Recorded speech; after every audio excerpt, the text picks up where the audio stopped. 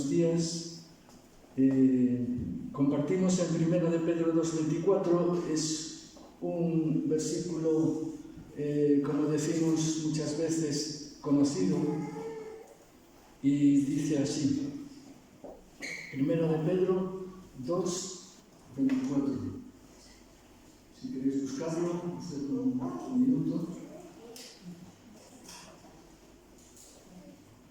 1 de Pedro 2:24. Hacemos partícipes también a los que nos están viendo a través de internet y queremos que participéis con nosotros en la reunión.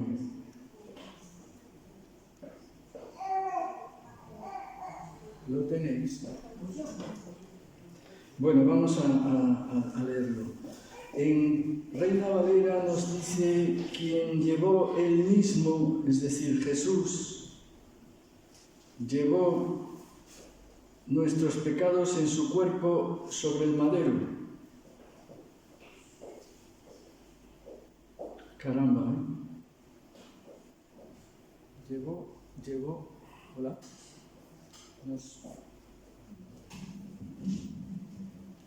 Llevó él mismo nuestros pecados en su cuerpo sobre el madero, para que nosotros, estando muertos a los pecados, vivamos a la justicia, y por cuya herida fuisteis sanados. Si lo leemos en otra versión, que es Nueva Versión Internacional, a mí personalmente me gusta un poco más y se me hace más entendible. Dice, lo tenía por aquí anotado, no sé qué pasó, se me borró. Bueno,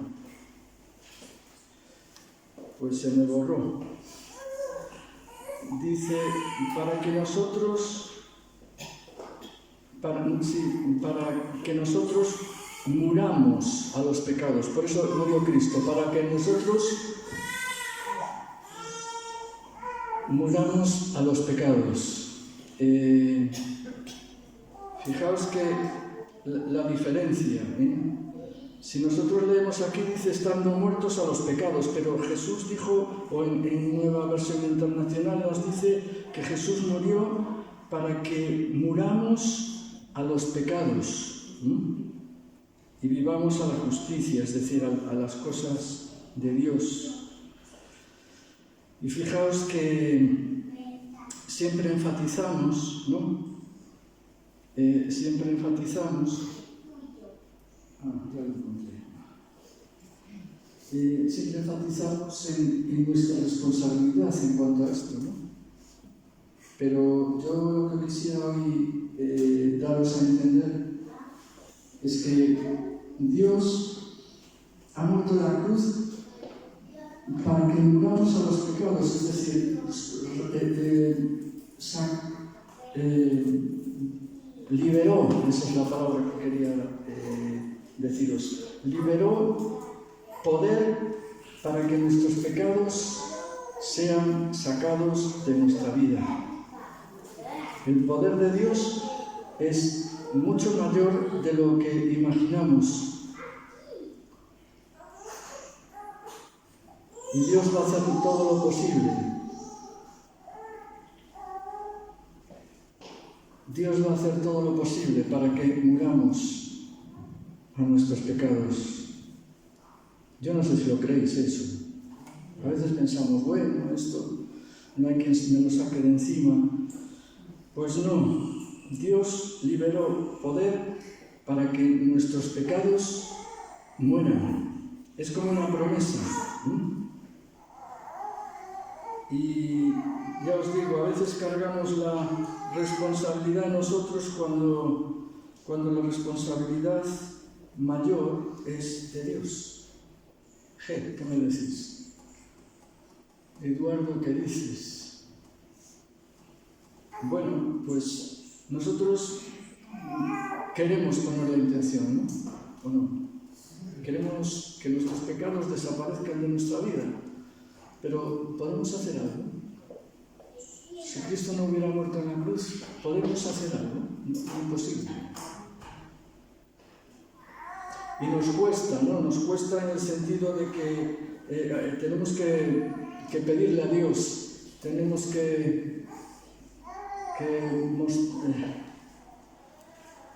tenemos que pedirle que nos lo lleve, ¿no? Pero Él lo ha llevado ya en la cruz. Yo no sé si me entendéis, me estoy enrollando un poco, pero es así, ¿no? Y no vamos a ceder en nuestro empeño de buscar a Dios.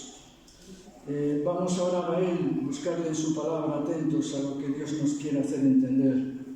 Y cuando vemos un pecado, debemos llevárselo a Él, porque Él ha prometido que ha muerto en la cruz para que tu pecado desaparezca, la maldad de tu vida. Y para que vivamos a la justicia. No depende de nosotros, en cierta forma, nuestra parte es buscar a Dios, pero el producto final lo hace Él. Vivamos a la justicia, es decir, vivamos a lo que es bueno, a lo que es justo, a lo que no es maldad, sino cosas buenas de Dios. Amén. Y quisiera dejaros este pensamiento mientras participamos de la Cena del Señor y al mismo tiempo le damos gracias porque por esto que Él hizo por nosotros, ¿no? Y vamos a participar a todas aquellas personas que han sido bautizadas de adulto. No, yo, por ejemplo, a mí me bautizaron cuando era un bebé, pero ahora yo he decidido libremente bautizarme hace años ya. ¿Por qué? Porque cuando eres pequeño no eres consciente, no eres consciente del paso que das. Cuando nos bautizamos estamos dando público testimonio a la Iglesia y al mundo de que nos convertimos a Jesús y que voluntariamente, libremente queremos seguirle. Amén. Pues vamos entonces a participar ahora de estos elementos representados en el vino, la sangre de Jesús, el cuerpo, el pan triturado. Amén.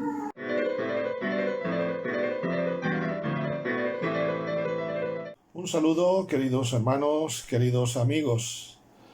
Por un problema en la edición del vídeo grabado en directo, pues me veo en la necesidad, pero también en la bendición, de compartir de nuevo el sermón, la predicación, porque no quiero que nadie quede sin lo que hemos recibido. Hermanos que no pudisteis asistir y otros que desde lejos de Galicia nos seguís y que apreciamos y de que deseamos que el Señor os bendiga. Es cierto que en la vida no siempre estamos a tope, ¿verdad? Hay momentos, hay épocas en los que nos encontramos, en lo alto del Everest, en lo más alto de todo, pero hay momentos también en los cuales nos sentimos como en las fosas de las Marianas, que se dice que es el punto más profundo de la Tierra. Los seres humanos tenemos emociones. Es más, no solamente las tenemos, sino que Dios nos dio las emociones para algo. Las emociones son necesarias, son imprescindibles, son un mecanismo de defensa del cuerpo. Llorar es genial, por una emoción, por una alegría. ¿Quién no ha llorado, verdad? ¿Quién no se ha emocionado con una buena noticia? Pero ¿quién no ha llorado por una mala noticia? Hay personas más proclives, quizá, a manifestar sus sentimientos, pero todos tenemos. ¿Quién no ha reído nunca? Una persona que nunca tiene una sonrisa es muy poco seria, decía Mark Twain. Desde luego, una persona sin emociones, una persona que no tiene emociones, se convertiría automáticamente en un robot, en un autómata, y espiritualmente hablando se convertiría en un fanático. Y Dios quiere hijos suyos, seguidores suyos, pero no quiere fanáticos. El fanatismo siempre lleva a la sinrazón. Por eso es necesario saber equilibrar nuestras emociones. Es necesario tener un equilibrio sobre ellas, pero a la luz de la palabra de Dios, delante de la presencia del Señor. El profeta Jeremías, allá en el capítulo 17, versículo 9, expresa: engañoso es el corazón más que todas las cosas y perverso. ¿Quién lo conocerá? Otra versión a la que hemos aludido en más de una ocasión dice: engañoso es el corazón más que todas las cosas. No tiene remedio. Si nos dejamos llevar por las emociones o si nos dejamos llevar solamente por la razón, no llegaremos a ningún sitio, llegaremos al fracaso. Por lo tanto, hemos de pedir sabiduría a Dios para vivir en el punto medio de las emociones, para no dejarnos gobernar por ellas.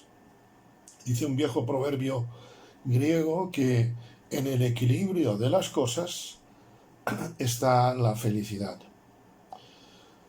El último domingo de junio, si la memoria no me falla, y estoy mirando el calendario, el 29 de junio, Eduardo nos predicaba, nos hablaba precisamente sobre esta realidad.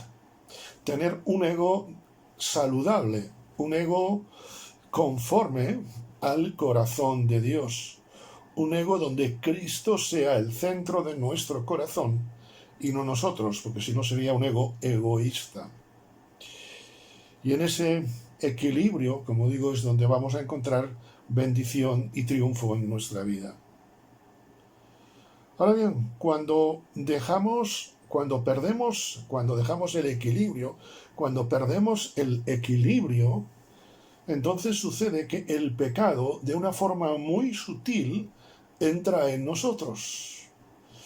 Hay una mentira que muchas veces aceptamos como buena.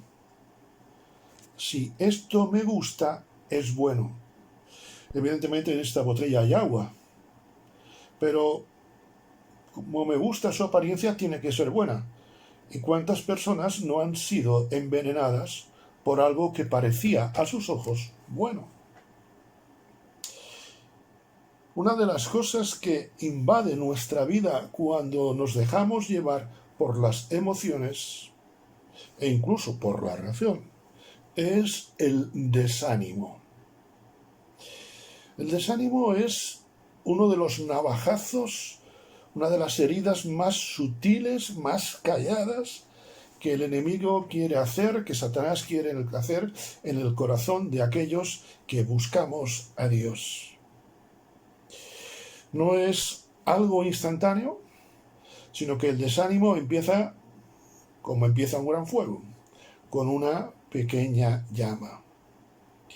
Y cuando nos damos cuenta, el desánimo ha invadido nuestra vida y nos encontramos que no sabemos cómo salir. Quiero llevaros en este día a Números 21, versículos 4 y 5. Está hablando del éxodo de Israel, del camino de Israel, y dice el libro de Números 21, 4, 5. Después partieron del monte de Hor, camino del Mar Rojo, para rodear la tierra de Edom. Y se desanimó el pueblo por el camino. Qué elocuente esta frase. Y se desanimó el pueblo por el camino. Y el versículo 5, el siguiente es un salto. Primero se desanima y entonces con el desánimo dice: habló el pueblo contra Dios y contra Moisés. ¿Por qué nos hiciste subir de Egipto? Para que muramos en este desierto. Pues no hay ni pan ni agua y nuestra alma tiene fastidio de este pan tan liviano. Fijémonos que para hablar contra, primero se dejaron vencer por el sutil enemigo del desánimo. Quisiera pensar en 3 pecados que el desánimo puede traernos. Si Dios quiere, en otra ocasión seguiremos hablando sobre el desánimo, pero hoy en esta primera parte vamos a hablar sobre 3 pecados que el desánimo trae cuando nos dejamos invadir por él. Dice el versículo 5: y habló el pueblo contra Dios y contra Moisés: ¿por qué nos hiciste subir de Egipto para que muramos en este desierto? Primer pecado que se manifiesta cuando nos dejamos vencer por el desánimo es la murmuración y la queja. Es interesante, hablaron contra Dios y contra Moisés. Pusieron a Dios y a Moisés a caldo, como solemos decir. Aparentemente era una queja lógica. El camino se estaba haciendo muchísimo más largo de lo que habían esperado. Quizás has estado en un desierto físico. Y los que han estado nos dicen que, bueno, una noche, 2, unos días, pues vale, de turismo, jiji, jaja. Pero vivir, cuando no estás acostumbrado a vivir en el desierto, es duro. Es muy duro, no es nada cómodo. Pero ellos habían olvidado algo importante. Y es que estaban en el desierto no por una prueba de Dios, sino por culpa de su pecado, por culpa de la murmuración, por culpa de la desconfianza hacia los siervos, hacia los 2 que hablaron bien, los 2 espías que fueron a Canaán. El asunto, el meollo, digamos, el asunto, el centro de todo radica en que ellos tenían una perspectiva equivocada del desierto. El desierto lo veían como un problema y no como la consecuencia de su pecado de murmuración y desconfianza. Y los cristianos muchas veces decimos: el Señor me está mandando una prueba. Y algo que los años me van enseñando es que tengo que ser honesto delante de Dios y analizarme. No se trata de tener complejo de culpabilidad, sino no ser un Quijote. No se trata de pensar, bueno, todo lo he hecho mal y por eso viene, ¿no? Dios puede estar probándome. Pero muchas veces estamos pagando, valga la expresión, las consecuencias de nuestro pecado. Muchas veces hay desiertos en nuestra vida que son culpa de pecados anteriores. Como se suele decir, aquellas lluvias traen estos barros. Es interesante, porque murmuraron, hablaron contra Dios y contra Moisés. Esto es lo que habían hecho unos años antes, curiosamente, y ahora estaban pagándolo. Seguían igual, no habían cambiado. Hay pecados que a veces parecen formar parte de nuestro ADN. Hay un refrán castellano que es una mentira que nos hemos creído cierta: genio y figura hasta la sepultura. Si alguno está en Cristo, nueva criatura es. El genio y figura es Cristo, no nosotros. Hay consecuencias de nuestros pecados, pero aún así, y es lo que ellos estaban olvidando, podemos tomarlos como una oportunidad que Dios nos da, no para buscarle de nuevo y buscar a ver por qué hice esto, sino para no obcecarnos en el mismo pecado, no para caer de nuevo en el mismo pecado, quiero decir, y poderle buscar a Él con nuevas fuerzas.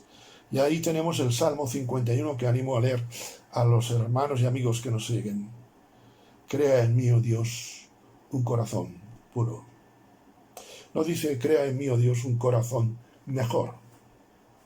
No dice crea en mí, oh Dios, un corazón no tan malo, sino un corazón puro, sin mancha. Hablaron contra Dios y contra Moisés. Es fácil echarle la culpa a los demás, ¿verdad? Es fácil echarle la culpa a los demás de las situaciones que pasamos. Fue lo que hizo Adán con Eva.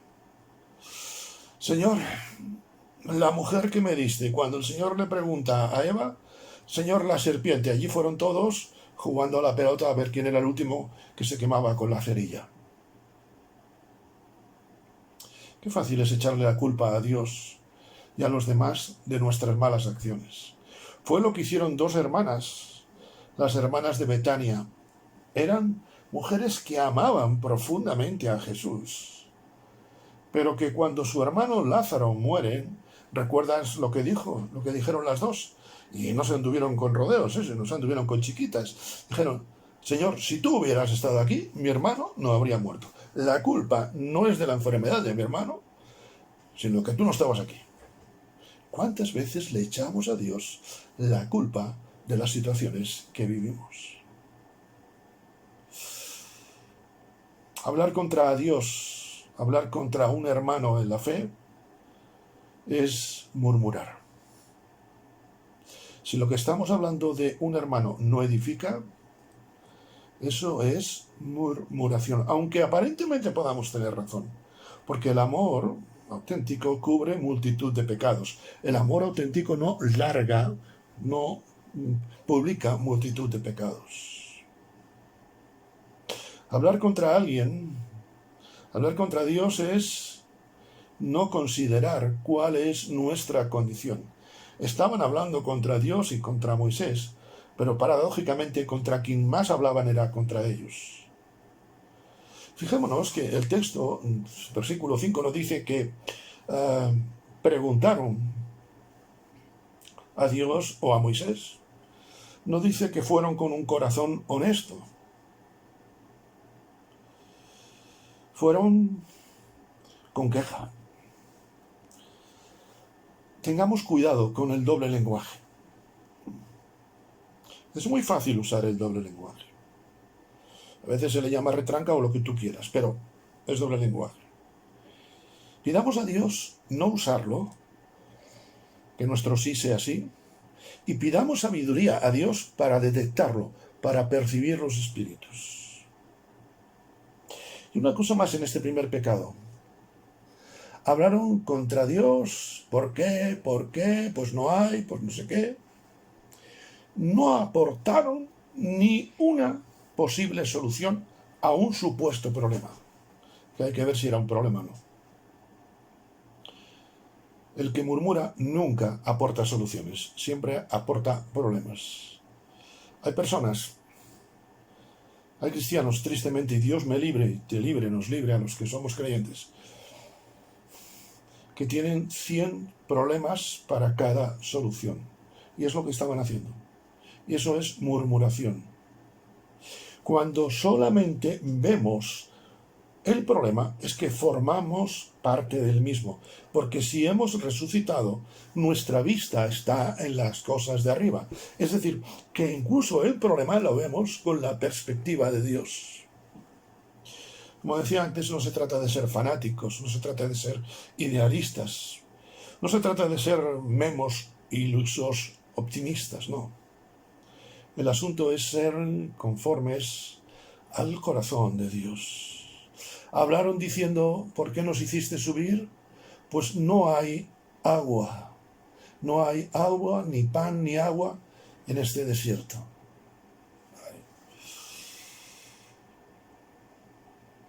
El segundo pecado que el desánimo trae es la ingratitud.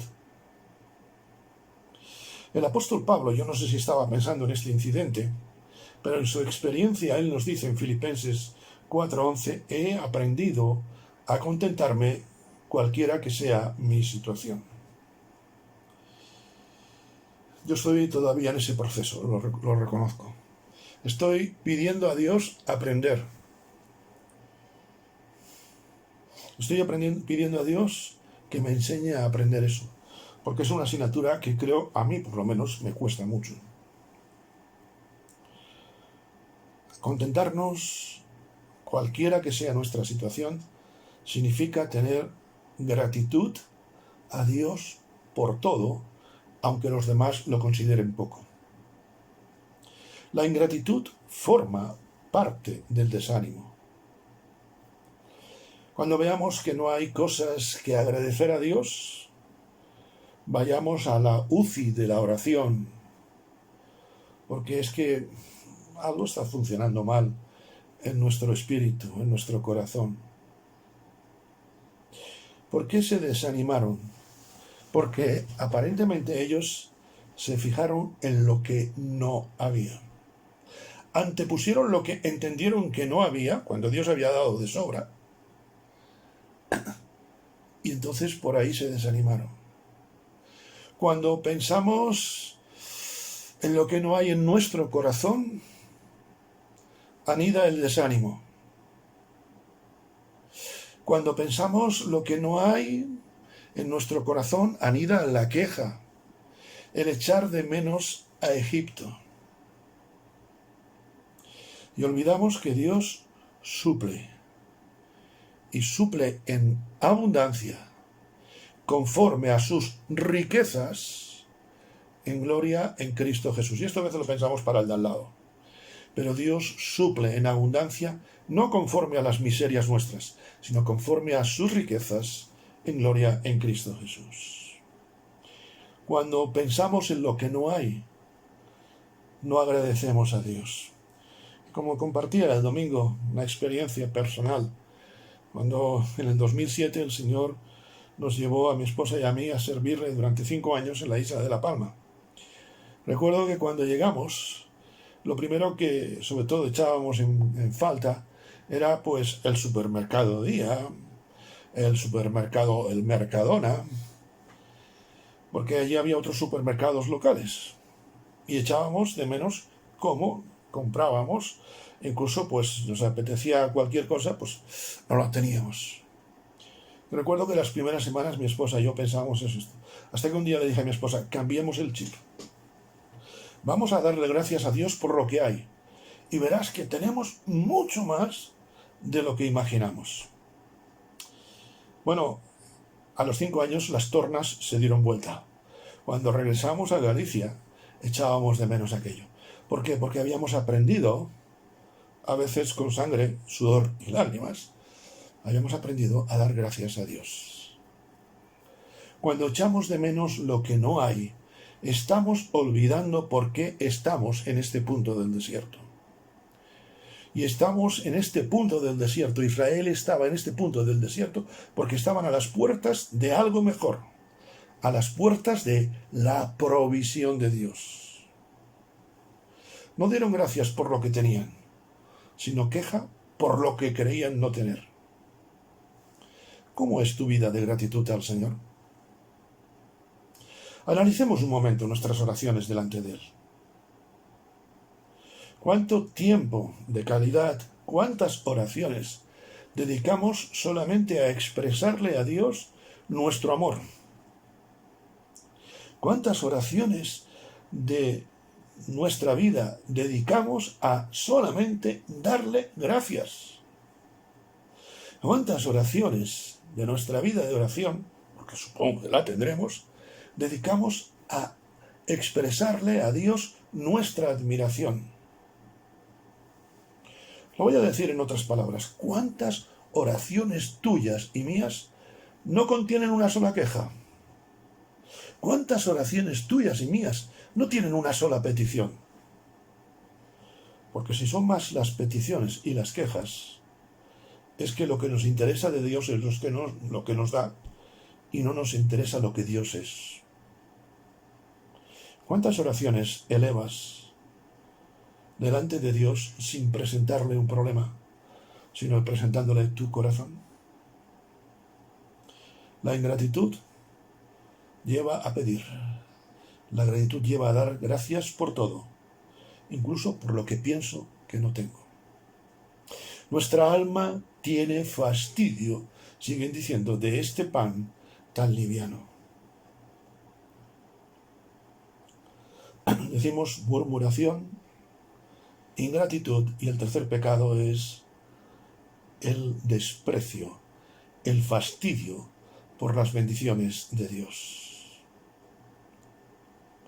No solamente se quejaban por lo que creían no tener, sino que además, como decimos aquí en Galicia, ainda por arriba, aún por encima, y hay que tener valentía y cara, despreciaban lo que tenían. ¿Y ese pan liviano qué era? Era el maná.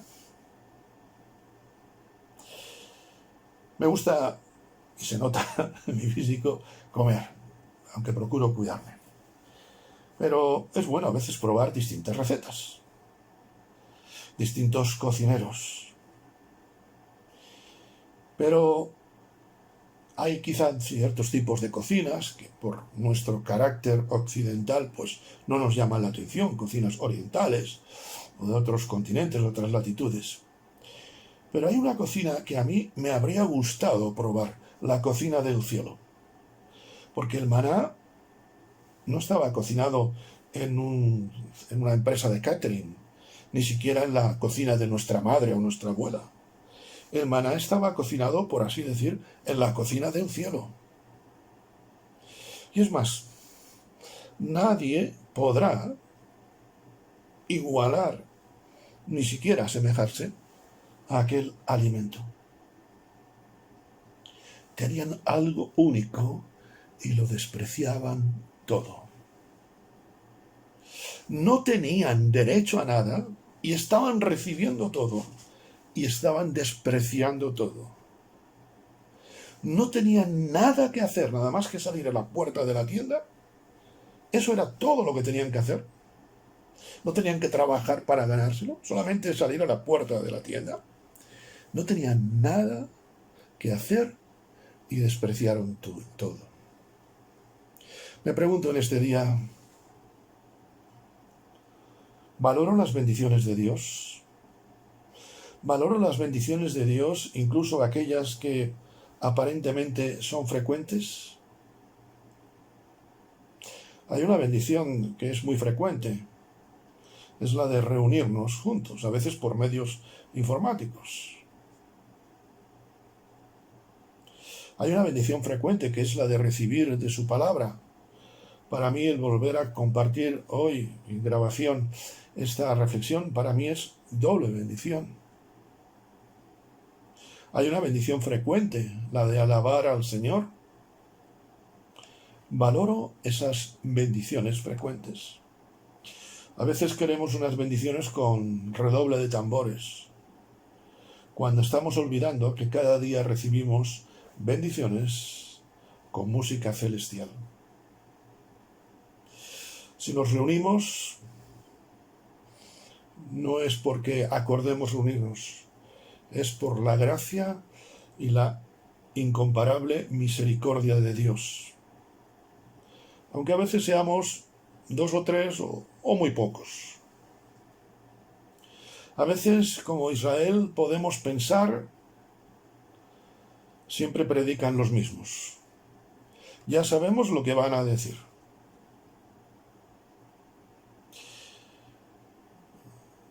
Mi esposa cocina con frecuencia.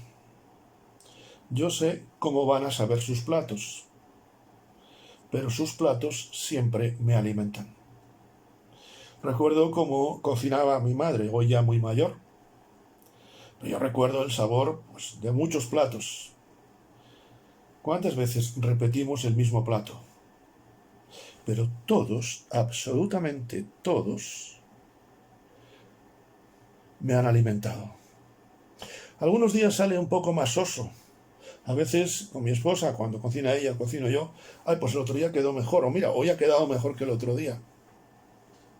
Pero siempre me alimentan. Podemos pensar, ya predican siempre los mismos en la iglesia. Y los que nos seguís en vídeo diréis, es que somos muy pocos. Ya lo sabemos. Pero es una bendición de Dios. Porque con nuestras limitaciones proclamamos el maná del cielo. El pueblo murmuró porque aunque sabían que eran pueblo de Dios, se habían olvidado de ser pueblo de Dios. Repito, el pueblo de Israel murmuró porque aunque sabían que eran pueblo de Dios, se habían olvidado de vivir como pueblo de Dios. Como decía Charles Spurgeon, si puedes vivir como el hijo del rey de reyes, no vivas como el hijo del rey de Inglaterra. Y hay una frase que a mí me duele mucho leerla, que espero que cuando Dios cuando yo me presente delante de Dios, Él no pueda decir esto de mí. Nuestra alma tiene fastidio. ¿Cómo está tu alma hoy? Con las cosas que Dios te da, con las cosas que Dios te permite incluso pasar, quizá aunque sea un desierto. Cuando leo este versículo, muchas veces cuando leo la palabra me gusta singularizarlo, pero este es un versículo que no quisiera singularizar. A mí nunca me gustaría, por eso necesito la fuerza y el poder de Dios, decir mi alma tiene fastidio. La palabra fastidio, hay dos acepciones en el diccionario de la lengua que dicen la primera, enfado, cansancio, aburrimiento, tedio. Disgusto o desazón que causa la comida mal recibida por el estómago o el olor fuerte y desagradable de una cosa. Estoy aburrido de las cosas de Dios. Estoy cansado. Me siento sin ganas de nada. ¿No será porque hemos olvidado darle gracias a Dios? ¿No será porque hemos olvidado tener relación con Dios? ¿No será porque hemos olvidado que nuestro ánimo es el ánimo de Dios? Versículo 4. Porque cuando no está el ánimo de Dios en mi vida, hay desánimo, está el ánimo de Satanás. Y nos dice el diccionario que hay palabras antónimas, es decir, palabras de significado opuesto. Y son disfrute, deleite, placer, satisfacción. Hay deleite en reunirte aunque seamos pocos. Hay placer, hay gozo. O hay fastidio, hay tedio. Si el Señor nos llama, si el Señor te llama ahora a su presencia, ¿qué dirá de ti y de mí? ¿Que tuvo fastidio o que tuvo deleite? La respuesta está en nuestro corazón, en nuestra responsabilidad. Los pecados los hemos visto. ¿Actuaremos para no dejarnos vencer por ellos? Que el Señor te bendiga.